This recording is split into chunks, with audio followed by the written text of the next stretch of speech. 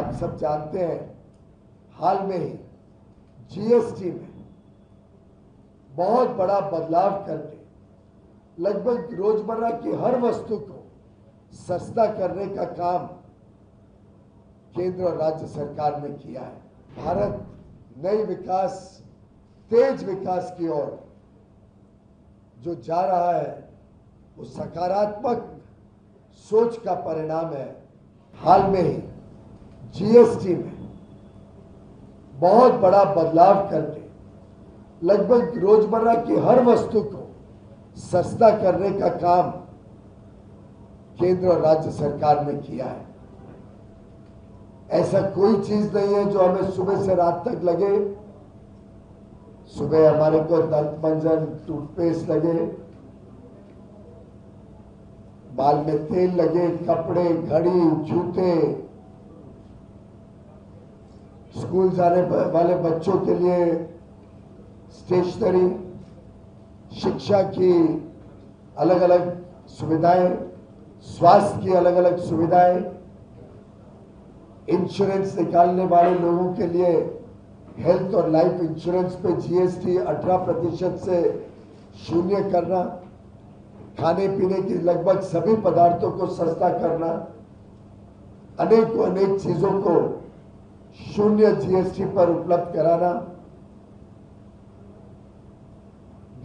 Two wheeler जो हमारे युवा युवती बड़े रूप में लेते हैं उसको सस्ता करना, गाड़ियां सस्ती करनी। आजकल घरों में रेफ्रिजरेटर, टीवी, मध्यम वर्ग घरों में एयर कंडीशनर, इन सभी चीजों को भी सस्ता करके एक लोगों के जीवन में नई उमंग, अच्छी चीजों के लिए उत्साह,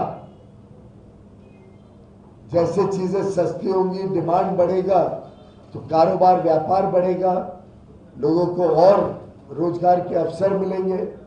डिमांड बढ़ेगी तो उद्योग बढ़ेगा, उद्योग आएगा तो फिर अवसर मिलेंगे रोजगार के।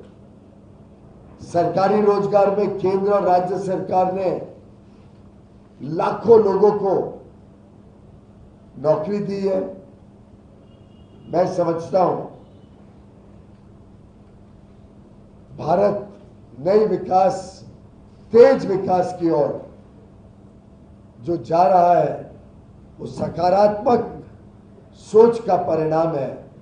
और इसी सकारात्मक और विश्वास भरे प्रधानमंत्री मोदी और मुख्यमंत्री नीतीश कुमार जी के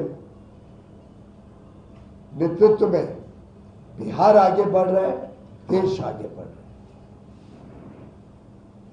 विपक्ष पूरी तरीके से फेल हो चुकी है, विपक्ष दिशाहीन है। अब तो उन्होंने अपना चुनाव हारने का भी सच्चाई समझ ली है। अब कारण ढूंढ रहे हैं किसके ऊपर हारने का कारण थोप सके।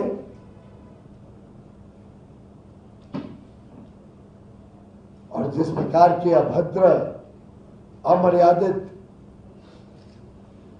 अपशब्द माननीय प्रधानमंत्री जी की स्वर्गीय माता जी के लिए इस्तेमाल किए राहुल गांधी जी ने, मैं उसकी निंदा करता हूं।